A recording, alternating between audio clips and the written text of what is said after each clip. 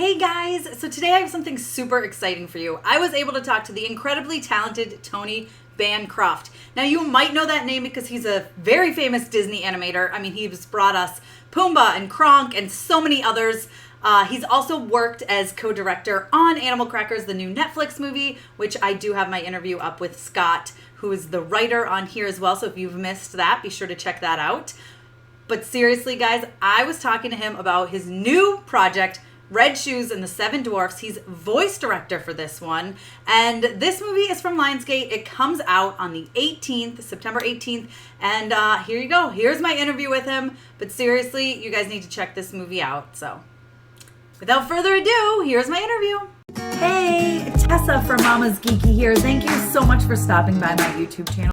All right, well, Tony, first of all, thank you so much for taking the time to join me today. This is great. My kids and I have watched the movie so many times already. They love it. They continue to watch it over and over and over. Really impressed with that. I feel like they got the message that was trying to come through, like no problem at all. Didn't go over their heads. But what message do you think kids should take away from this movie? Well, that it's our inside and not outside. I mean, that should be what really matters. But in our society, of course, we know that that's not always the signals and the messages that are out there in the world.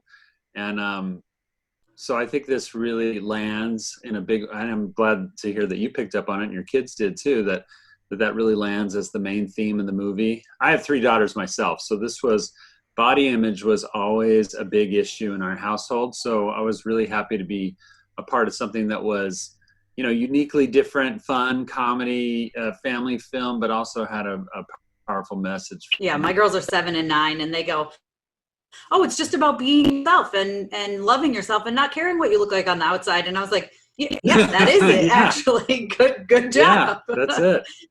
That's awesome. And they loved the humor in it, and we've watched it, like I said, multiple times. But so, how did you actually get involved in this project with Red Shoes? I have a friend that I knew from Disney, actually, my Disney days, named Jen Kim. And Jen Kim is a Korean-born actor, a Korean-born animator and character designer. And he went back home to Korea to work on this film. It was done by a little studio called Locus Animation. And they did a wonderful job. And they hired him to do all the character designs. And I went to Korea for another thing, a speaking event or something, and had lunch with Jen, and he invited me to go to the studio and meet the director of the project and the producer. And we just got to talking about it. And I said, if there's anything you guys need me to do, I'd be part of it.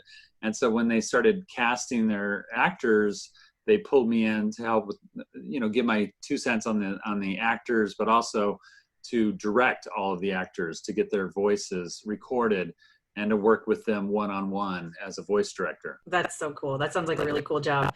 Was there any actor you were like really excited, maybe you hadn't worked with before or had worked with before? Yeah, I mean, I was very excited and even a little nervous. I get a little starstruck still, and I've met a lot of actors.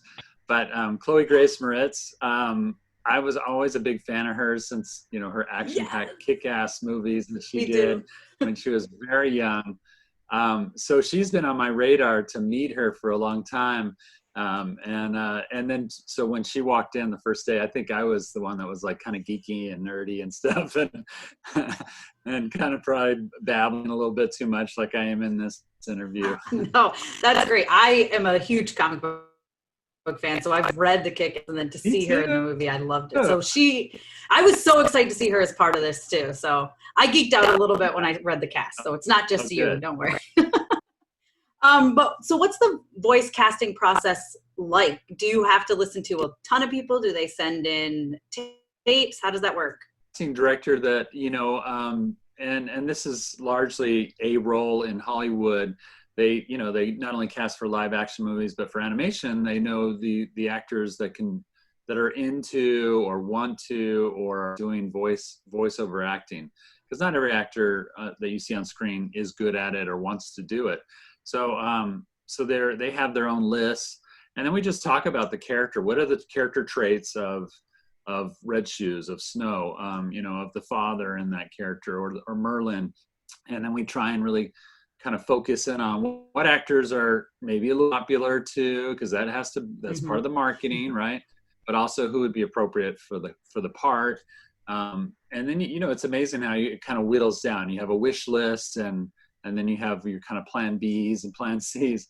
And for this one, though, we got pretty much all of our wish lists, I think, of actors that we really wanted to go after. And I had never met Sam Claflin at all, and he was so charming and so wonderful. We hung out. We had a little lunch break while we recorded him, and he drew in my sketch pad. He drew a Goofy drawing, which was really cool for me because I had already done a drawing of Pumbaa for him. I did Pumbaa and the Lion King, and so he gave me a little drawing of Goofy, which is the only character he said he could draw. That's really cool.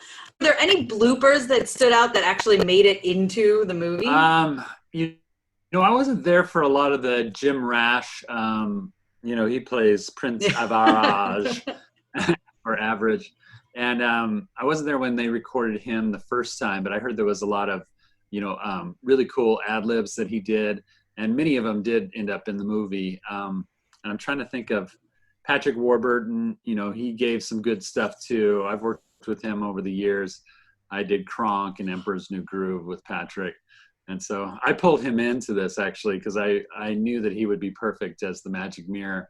So I was really happy to work with Patrick again. Yeah, he's fantastic. And Kronk, that's like one of our favorites in our house. So yeah. We always walk around and go, pull the lever, Kronk, run. Yeah. It's our favorite. Awesome. Well, I don't want to take up too much more of your time. Others waiting, but seriously, thank you so much for taking the time to talk to me today about this amazing movie that everybody needs to see. Thank you so very much too. It was good to be here with you. Yeah, it was awesome. Thank you. Thank you, Tessa. Take care. You too. Well, guys, I hope you enjoyed that interview with the one and only amazingly talented Tony Bancroft. I'm sure you guys can agree after seeing that he is incredible. Do not forget, Red Shoes and the Seven Dwarfs comes out on digital September 18th, but it will be available on Blu-ray and DVD on September 22nd. So be sure to pick it up. I'm sure it's something your whole family is going to enjoy. Thanks for taking the time to watch this, guys. Comment down below and let me know what you think. Are you planning on seeing this movie? And what do you think about Tony Bancroft? Don't forget to give me a thumbs up, subscribe, hit that notification bell so you don't miss out on other videos like this one. And of course, you can follow me over on Instagram and Twitter. I'm at Mama's Geeky over there. MAMASGEEKY. And thanks again, guys, so much for tuning in to my interview with Tony.